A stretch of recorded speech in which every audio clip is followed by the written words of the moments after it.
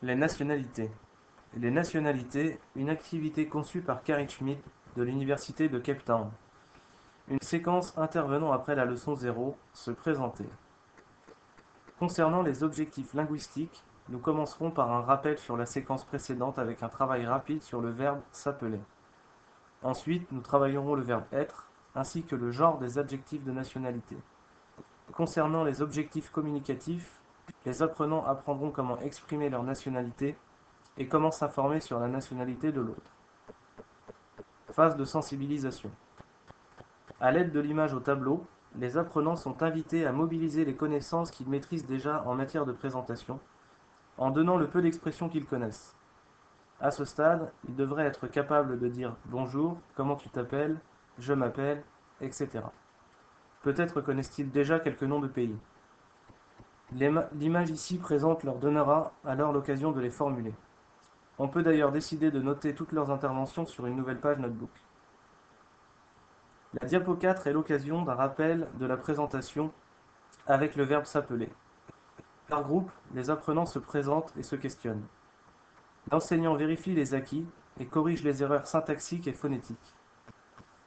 De la diapo 5 à la diapo 9, on trouvera les documents déclencheurs sous forme de dialogues oraux. On pourra diviser la page en deux pour favoriser la visibilité de ces documents. L'écoute des différents dialogues se fait dans un premier temps en grand groupe. Vous pouvez prendre le temps de passer les dialogues plusieurs fois ou de les séquencer, car une seule compréhension très globale est visée. Salut, je m'appelle Elodie, et toi? Salut Elodie, je m'appelle Marc, tu es suisse? Non, je suis belge. Nous cherchons à ce stade à faire entendre la prononciation des différents adjectifs de nationalité. Les apprenants sont tout de suite invités à remplir le tableau présent en diapo 10 sur un polycopier, par petits groupes de 2 ou de 3, pour faire l'analogie entre les nationalités du dialogue et les drapeaux à faire glisser dans le tableau.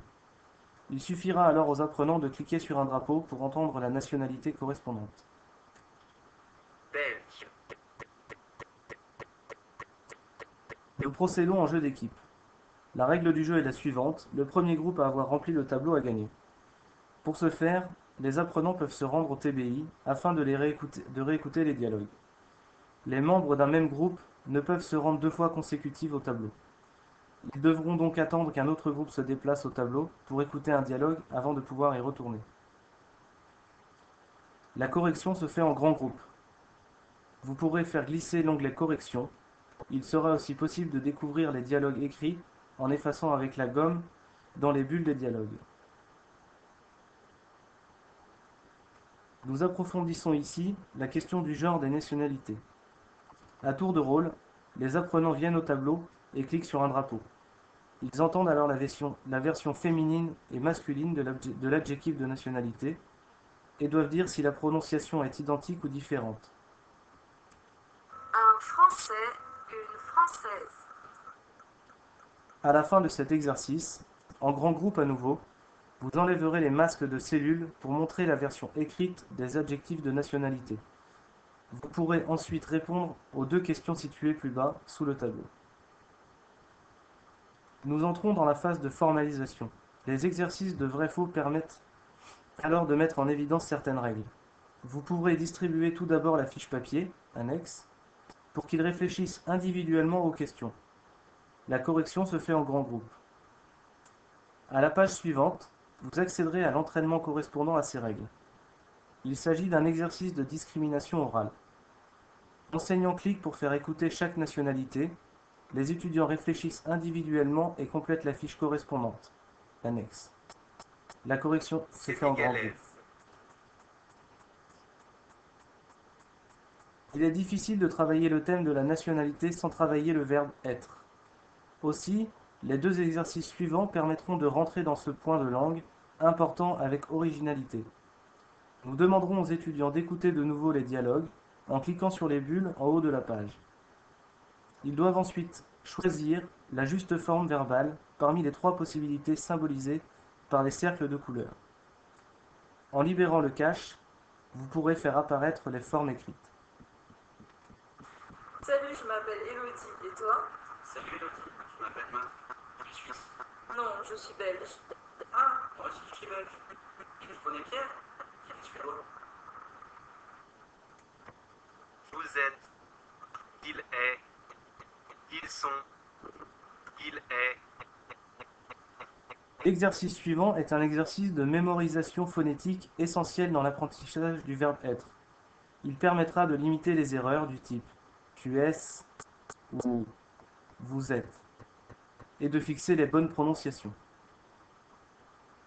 Il s'agit d'un exercice de rapidité. Par groupe, les apprenants doivent venir au tableau. Ils écoutent la conjugaison du verbe être en cliquant sur l'encadré conjugaison. Puis, tâche de remettre dans l'ordre les différentes formes verbales, cercle de couleur, en relation avec les symboles sujets sur la gauche. Je suis français. Tu es allemand. Il est américain. Vous êtes, tu es. Le premier groupe a 1 minute, le second 40 secondes et le troisième 20 secondes. En libérant le cache, vous pourrez faire apparaître les formes écrites. S'ensuivent des exercices de systématisation sur papier fournis en annexe. Exercice de production. Les dés au tableau vont produire aléatoirement un sujet et une nationalité.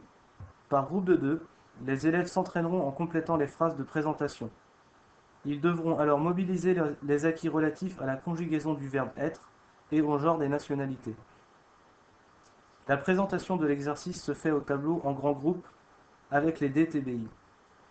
Si vous avez le courage de faire vos propres dés, dont les patrons vous sont fournis en annexe, il sera alors bon de multiplier les productions orales en faisant faire le même exercice en petits groupes de 3.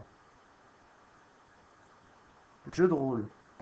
Par groupe de 3, les apprenants vont réinvestir les connaissances acquises pendant cette leçon et l'ensemble des leçons liées à la présentation grâce à un jeu de rôle. Les apprenants devront alors simuler une rencontre où ils se saluent, se demandent des nouvelles, se présentent en parlant de leur nationalité et enfin prennent congé.